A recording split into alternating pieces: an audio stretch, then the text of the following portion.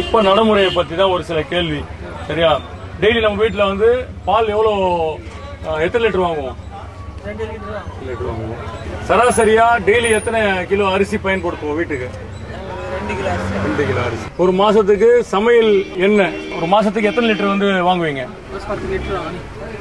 சக்கரை எவ்வளவு வாங்குவீங்க? எத்தனை கிலோ வாங்குவீங்க மாசம்? 5 கிலோ. சரி, இப்போ கரண்ட் பில்லு உங்க வீட்டுக்கு எவ்வளவு கட்டுறீங்க? இப்போ ஒரு 3000 ரூபாய் 2000 ரூபாய். 3000 ரூபாய்.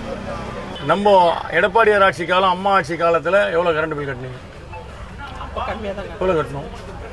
அப்போனா 4 ரூபாய் யூனிட் 4 ரூபாய் இருந்தது. அப்போ பாதி. இப்போ 3000 ரூபாய் கட்டினா இப்போ 1500 ரூபாய் எடுத்துக்கிட்டோமா?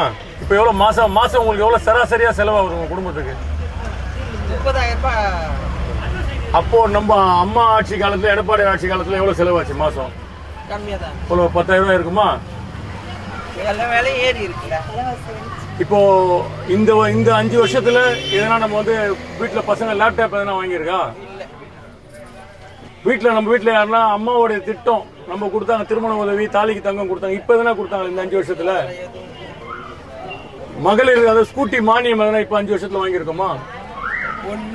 என் பையனுக்கு ஹார்ட் அட்டாக் வந்து படிக்க வைக்காத ஒரு பொண்ணு கோயம்புத்தூர்ல படிக்க வைக்கவே கஷ்டமாகுது. 1.5 லட்சம் ரூபாய் ஆகுது ஒரு வருஷம். சரி, ரைட். தபார் என்ன எதுக்காக இந்த தரவுனாமா? இவங்க சொன்ன விஷயம், இந்த 5 வருஷத்துல சொத்து வரி ஏற்ற மாட்டேன்னு சொன்னாங்க, வீட்டு வரி ஏற்ற மாட்டேன்னு சொன்னாங்க, பால் ரேட் ஏற்ற மாட்டேன்னு சொன்னாங்க, கரண்ட் பில் ஏற்ற மாட்டேன்னு சொன்னாங்க, அரிசி விலை ஏற்ற மாட்டேன்னு சொன்னாங்க, அத்தியாவசிய பொருள் காய்கறியில இருந்து எதையுமே ஏற்ற மாட்டேன்னாங்க. சரியா? இந்த அம்மா சொன்ன தரவுகள், அவங்க சொன்ன, நான் சொல்லல, நீங்க சொல்ல, இவங்க சொன்ன தரவுகளை வச்சு இந்த அம்மாவுக்கு இந்த 5 வருஷத்துல 5 வருஷம் 1 லட்சம் அவங்களுக்கு வந்து நஷ்டம். வருஷத்துக்கு 1 லட்சம் நஷ்டம். ஆனா வருமானம் ஏறிச்சா? அப்பெல்லாம் 70 ரூபாய் 80 ரூபாய் வந்தா காய்கறி வாங்கி குழம்பு வச்சு கடை முடிச்சுவேன். இப்போ 150 ரூபாய் 200 ரூபாய் வச்சா கூட வாங்க முடியல.